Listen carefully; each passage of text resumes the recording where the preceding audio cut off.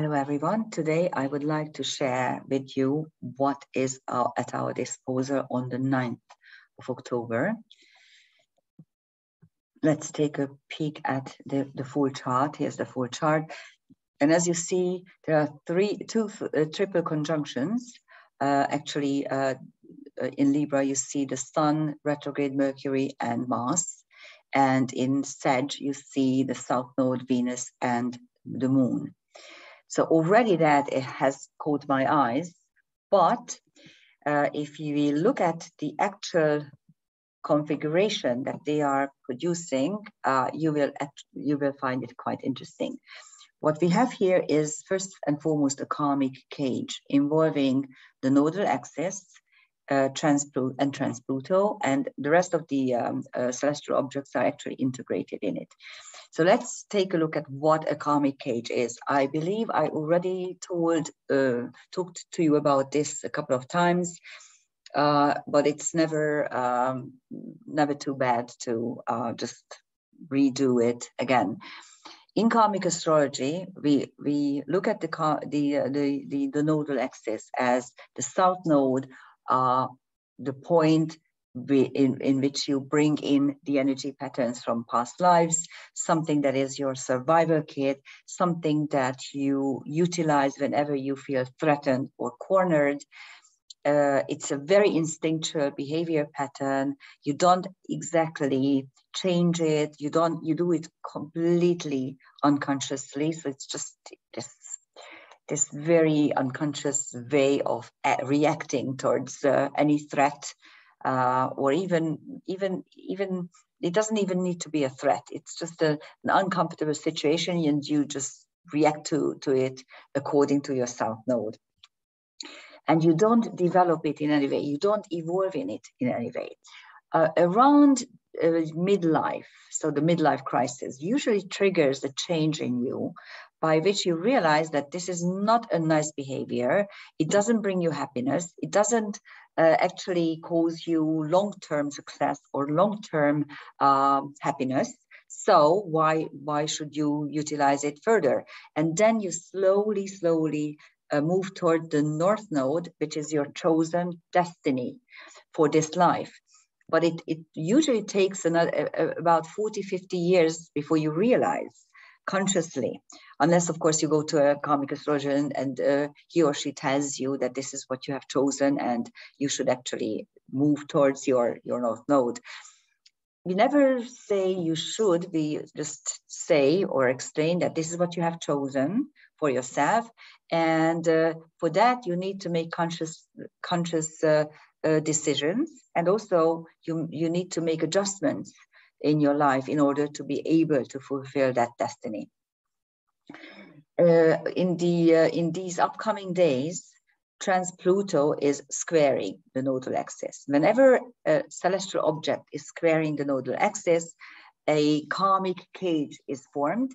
And because squares are high impact energy patterns, high impact aspects, they bring you daily problems, issues to solve, daily strives and trials and tribulations, let's put it this way. So it gives you an ongoing, nagging difficulty, which either brings you a lot of unhappiness and a lot of strife, or it actually causes you to act.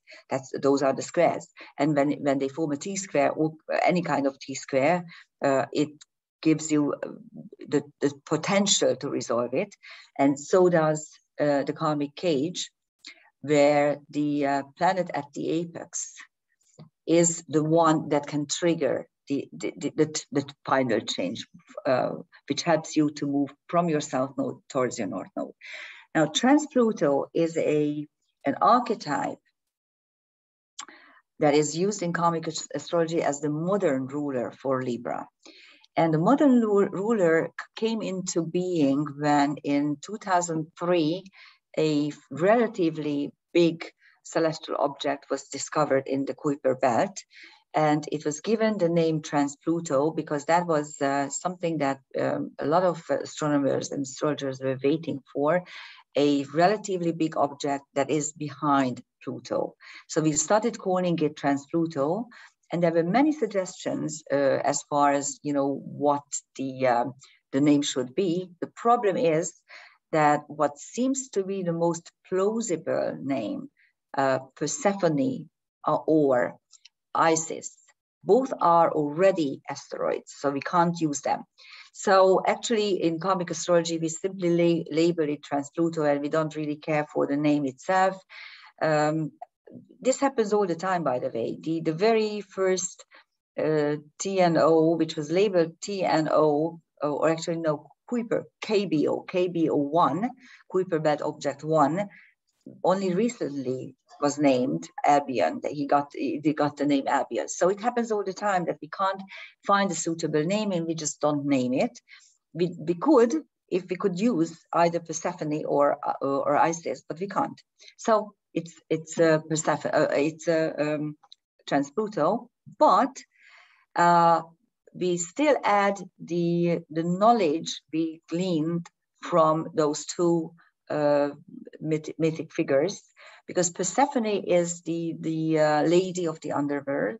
Okay, she is Hades' bride, and she has a very important function of crossing over realms and moving freely from the underworld to the overworld and vice versa, whereas Isis is able to find the pieces of her torn husband Osiris, and she is able to put him together, and actually having an intercourse with her, she's conceiving. This is how Horus is conceived. So both are very strong feminine archetypes who are behind their husbands, who are making choices according to their husband's needs and according to the necessity of the situation at hand, but it's always related to their husbands. And what's important, they can relegate their own wishes, their own agendas, so to speak, for the sake of their husband's needs. And this is typical of Libra, okay? If you look at the old ruler, Venus, I mean, Venus, Aphrodite, is a carefree, happy woman who is always cheating on her husband, Hephaestus. And she's really interested in two things, to flirt with men, and also to gain those beautiful objects that Hephaestus is creating for her. So actually, she's not really interested in partnerships as such. She's more interested in what Taurus produces. So she's a perfect ruler for Taurus, but not such a perfect ruler for Libra. Persephone and Isis are a lot more telling us about the role of the spouse and what the overall objective role of such a committed relationship should mean. The other interesting thing in this case is, let me put the chart for you again, I mean just the drawing that I prepared for you, is that the T-square, the karmic cage, is actually a triple karmic cage, because you just have, besides the northern axis, Venus and the moon also there. And it's very interesting because a couple of days ago, I posted a video on the fragmented feminine, and the main idea was that Venus and the moon are mutually exclusive archetypes, because Venus is the lover and the moon is the mother, and the gap or the rift became when or came into being when the creator goddess got dissected, and these two archetypes were hermetically excluding each other ever since. But once a month, the moon is crossing over Venus. So once a month, every 27.5 days, we actually do have the joint goddess energy. And on the 9th, with the karmic cage, this is the energy that is actually springing to life. And so around 7 p.m. London time, the conjunction is exact. It is kind of exact even an hour or before or later. So if you look at London time, between 6 p.m. and 8:30 p.m., you can utilize the energy. And it is also, the T-square or the karmic cage is also dissolved, as I said, and it gets dissolved in 2 ways. Number one is the Sun-Mercury-Mars triple conjunction, where Mars is weak because it is in its detriment, and Mercury is weak because it's retrograde, but they still are empowered by the Sun. So actually the space-time moment gives us the retrospective potential to look deep inside, find our strength, not physically, but verbally or mentally, and act upon. And if you see, there are 2 semi-squares dissolving one side of the actual karmic cage with the triple conjunction. And this is always a good occasion to show you that semi-squares could be twofold energy, from the energy point of view. One is that they can occur in signs that are joined, so they are next to each other. And this is the side here, Mercury, Mars, and Sun. The Sun are in Libra, whereas Trans-Pluto is in Virgo. So they are in sides that are next to each other.